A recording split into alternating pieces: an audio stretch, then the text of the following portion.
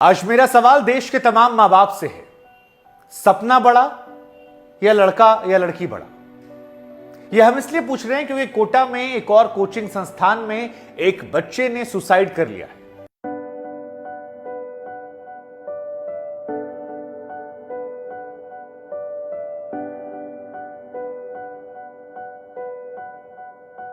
इस बच्चे का शव तकरीबन 10 घंटे तक वहां फंदे पर लटकता रहा। यह बच्चा कोटा में आईआईटी की तैयारियां करने गया था। किस वजह से इसे सुसाइड की, इस बारे में कोई जानकारी निकल कर नहीं आई है। बस इतना पता है कि महावीर थाने का मामला है, रात 8 बजे, और चौथा इस महीने का मामला है। और अगर 8 महीनों की बात की जाए तो 21वां मामला। 21 बच्चे 8 महीने में मर जाते हैं। 15 अगस्त शाम 7 बजे के आसपास इस बच्चे को किसी ने देखा नहीं। लोगों ने दरवाजा खटखटाया, जवाब नहीं मिला, दरवाजा तोड़ा गया, मकान मालिक को जानकारी दी गई और उसके बाद वहां पर उसकी लाश मिलती है। इस 1 महीने में 4 मामले और 8 महीने में 21 मामले। और उसके बाद यह सवाल, पढ़ाई दूर भेजकर जरूरी या फिर जिंदगी जरूरी? और क्यों बच्चे सुसाइड कर रहे हैं? 4 बच्चे इस 1 महीने में सुसाइड कर लेते हैं। 10 अगस्त को यूपी के आजमगढ़ के रहने वाले मनीष प्रजापति, जिसकी उम्र 17 साल थी, उसने हॉस्टल में फांसी का फंदा लगाकर आत्महत्या कर ली। मनीष 6 महीना पहले ही कोटा गया था, आईआईटी जेई की तैयारी कर रहा था। सुसाइड से पहले कुछ घंटे पहले उसके पिता उससे मुलाकात करके गए थे और उसके बाद उसने यह कदम उठाया। 4 अगस्त की बात की जाए तो बिहार के मोतिहार के रहने वाले भार्गव मिश्रा ने 17 साल जिसकी उम्र थी, रात को अपने कमरे में सुसाइड किया। कूलर में पानी भरने वाले पाइप से फांसी का फंदा बनाया और फिर आत्महत्या कर ली। वो भी 4 महीने पहले कोटा आया था और आईआईटी जेई की तैयारी कर रहा था। 3 अगस्त की बात की जाए तो यूपी के रामपुर जिले का एक लड़का मनजोत छाबड़ा, जिसकी उम्र 18 साल थी, उसका शव भी हॉस्टल में संदिग्ध अवस्था में मिलता है। मुंह पर पॉलिथीन बंधी थी, दोनों हाथ रस्सी थे, कमरे की दीवार पर 3 नोट लगे हुए थे। 4 महीने पहले कोटा आया था, नीट की तैयारी कर रहा था। इस केस में परिजन कह रहे हैं हत्या की आशंका है। उधर राजस्थान के कोटा में कोचिंग छात्रों के सुसाइड को रोकने के लिए सरकार तमाम कोशिशें कर रही है। एक कोशिश की गई है एंटी हैंगिंग डिवाइस लगाने की। कहा जा रहा है कि अगर आदेश नहीं माना गया तो फिर हॉस्टल को सीज कर दिया जाएगा। आपके जहन में सवाल होगा कि क्या इससे सुसाइड रुक सकता है? हम आपको बता दें कि यह डिवाइस पंखों में लगती है, किसी बच्चे की जान बचा सकती है, कहा जाता है। हालांकि हम तो ये मान रहे हैं अगर एक बच्चे की जान ने बचा ले तो शायद बहुत बड़ी बात है, लेकिन डिवाइस लगने से क्या सुसाइड रुकेंगे? क्योंकि कोटा के अंदर 3800 से ज्यादा हॉस्टल है, 40,000 से ज्यादा बच्चे। इतने बच्चों, इतने हॉस्टल की मॉनिटरिंग हो पाएगी? सुसाइड के बढ़ते मामलों के बीच कोटा में कोचिंग छात्रों पर दबाव कम करने के लिए एक गाइडलाइन भी जारी की गई थी। हालांकि ये जो आत्महत्याएं हो रही हैं, हालांकि हम तो ये भी मानते हैं कि हर आत्महत्या के पीछे कोई एक वजह होती है और इस वजह से ऐसी कहानी होती है, लेकिन क्या वाकई में उन गाइडलाइंस का पालन किया गया? ऐसा लगता नहीं है।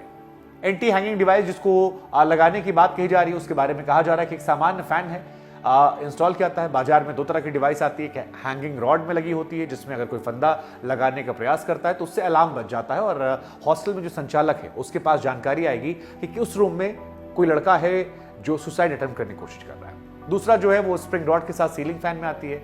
इसमें पंखे की हैंगिंग रॉड में स्प्रिंग लगी होती है जो क्लैप के जरिए छत में लगे हुक में फिट होती है। इसमें हैंगिंग रॉड और पंखे के बीच में एक जॉइंट होता है। आसान शब्द में अगर आपको हम समझाएं तो अंदर से स्प्रिंग निकलती है जो हुक और ब्लेड से कनेक्ट होती है। पंखे का पूरा लोड स्प्रिंग और प्लास्टिक क्लैप पर रहता है। अब आपके जहन में सवाल होगा कि कैसे काम करती है, इसका ड्रॉबैक क्या कोई है? तो ड्रॉबैक है 40 किलो तक ही काम करती है। 40 किलो से ज्यादा भार आने पर स्प्रिंग फैल जाती है, पंखा नीचे आता है और मानिए कोई 40 किलो से ज्यादा व्यक्ति जो है वो लटकता है तो फिर पूरा लोड स्प्रिंग और क्लैप पर आता है।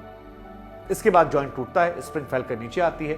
सुसाइड की कोशिश करने वाला व्यक्ति जो है उसे कोई नुकसान नहीं होता और वो बच सकता है, ये बताया जाता है। लेकिन अगर कोई बच्चा 40 किलो से नीचे है तो फिर वहां पर ये डिवाइस काम नहीं करता है। जिन पंखों में अलार्म सिस्टम लगा होता है उनमें अलार्म बज जाता है।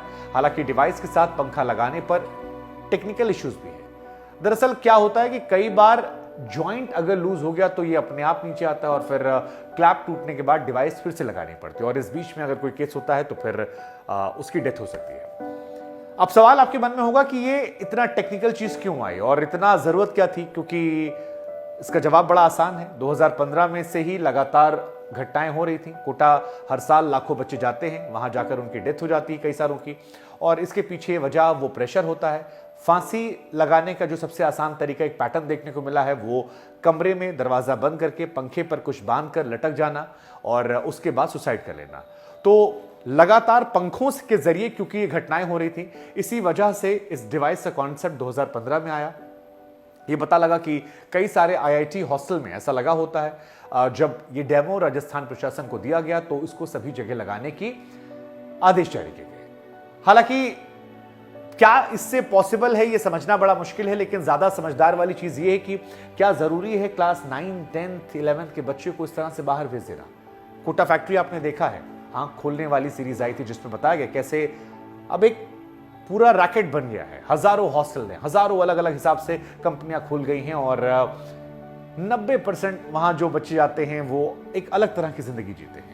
11वीं में उनका स्कूल जो है छुड़ा दिया जाता है। स्कूल और कोचिंग दोनों का प्रेशर, आईआईटी का प्रेशर, 10% बच्चे मुश्किल से निकलते हैं, बाकी 90% जो बच्चे होते हैं वहां रहकर वो संघर्ष करते हैं। एक सवाल ये भी है कि सरकार जो कह रही कि ये हमने लगा तो दिया है, लेकिन लगाने से क्या फर्क पड़ता है, इनकी निगरानी कौन करेगा।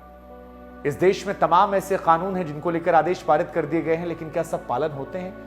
वो कानून पालन नहीं होते, उनसे छोटे नुकसान होते हैं, लेकिन यहां पर एक बच्चा जो है उसकी जिंदगी चली जाती है और इसलिए ये घटना बहुत महत्वपूर्ण होती है। हमारा सवाल तमाम बच्चों के अभिभावकों से भी है कि आप अपने बच्चों से संवाद करें, उनसे समझें, ये जाने की जिंदगी जरूरी है। एक पेपर पर कुछ मार्क्स जिंदगी तय नहीं कर सकते हैं। आपको यह समझना होगा कि दुनिया बहुत बड़ी है, हो सकता है किसी और फील्ड में अच्छा कर ले, जिंदा रहेगा तो कुछ ना कुछ लाइफ में कर लेगा। यही बात राजस्थान के मुख्यमंत्री जो हैं वो भी लगातार कह रहे हैं कि आप अभिभावकों को भी समझना है कि ये जो जरूरत से ज्यादा अपेक्षाओं का बोझ आपने अपने बच्चों के कंधों पर लाद दिया है, ये एक बहुत बड़ी वजह है। इस मामले को लेकर 15 दिन में रिपोर्ट सौंपने के लिए कहा गया है, लेकिन मुख्यमंत्री के शब्द जो हैं वो सभी को सुनने चाहिए और अशोक गहलोत ने जो कुछ कहा उसको अभिभावकों को विचार करना चाहिए। अशोक गहलोत कहते हैं कि 9वीं और 10वीं कक्षा के छात्र जो हैं उनका कोचिंग संस्थानों में दाखिला करवाया जाता है। यह अपराध जैसा है, उन पर अतिरिक्त भार पड़ता है। आप 9वीं 10वीं कक्षा के छात्रों को बुलाते हैं, ये अपराध कैसे कर सकते हैं। ऐसा लगता है कि मानो आईआईटीएन यानी आईआईटी का छात्र जो है वो खुदा बन गया। अरे जिंदा रहेगा तब वो बच्चा रहेगा। आप खुदा बनाने के चक्कर में जिंदगी मत लीजिए। आप उन बच्चों का डमी स्कूल में नामांकन करवाते हैं, ये गलती माँ बाप की भी है। माँ बाप को भी समझना चाहिए कि बच्चा एक बार इमोशनली डेवलप हो जाए फिर आप ये काम करें, या अगर पढ़ा रहे हैं तो उसको साथ में रखें या उसके साथ वो संवाद रखें, उस पर जरूरत से ज्यादा भार न डालें। ये जरूरत से ज्यादा भार, उसकी काबिलियत को बिना पहचाने उसको किसी और फील्ड में भेजना, कई बार ये दोहरी मार बच्चे सह नहीं पाते हैं और कई उदाहरण हमने आपको बताया जहां पर बच्चे माँ बाप की जाने के बाद सुसाइड कर लेते हैं। कोटा, जयपुर, सीकर, बीकानेर, तमाम जिलों में अब धीरे धीरे कोचिंग हब बन रहे हैं, कोचिंग संस्थान से रोजगार के उपलब्ध हो रहे हैं अवसर। लेकिन इन तमाम चीजों के बीच में रोजगार बढ़ रहा है, लेकिन जिंदगियों की रफ्तार जाने की जो है वो बड़ी तेजी से जा रही है और ये परेशान, चिंताजनक बात है। ये देशव्यापी समस्या है।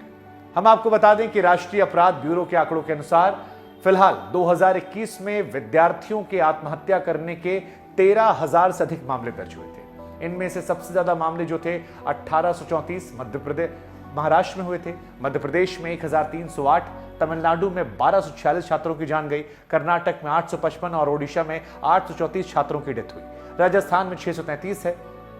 आंकड़ों के जरिए आरोप प्रत्यारोप का दौर जो है सरकारें कर रही हैं, लेकिन ये मामला गंभीर है, ये मामला संवेदनशील है और ऐसे हजारों बच्चों की मौत को रोकना हमारी आपकी जिम्मेदारी है। इस वीडियो के माध्यम से हमारी अपील है कि कृपया करके अपने बच्चों के ऊपर जरूरत से ज्यादा महत्वाकांक्षाओं का बोझ मत डालें। आप उसे हौसला देंगे, अगर आप उससे कहेंगे कि ठीक है तुम ये नहीं कर पाए, तुम में कुछ बात है, उसका हौसला बढ़ेगा। वो इस फील्ड में ना सही किसी और फील्ड में कुछ बेहतर करेगा। लेकिन अगर आप अपनी अपेक्षाओं का सारा बोझ, अपनी बड़ी नाक का सारा बोझ, सामाजिक आपके बातचीत का सारा बोझ उस पर डाल देंगे, तो यकीन मानिए ऐसा हो सकता है कि जो ये नंबर, जो ये आंकड़े हमने पढ़े हैं, इसमें आपकी भी औलाद हो। उस दुख से बढ़ा वो सारी बातें, सारे ताने नहीं हैं। इस बात को समझिए और अपने बच्चों पर एक्स्ट्रा प्रेशर देना बंद कीजिए। आशा है आप समझेंगे। नमस्कार, जय हिंद, जय भारत।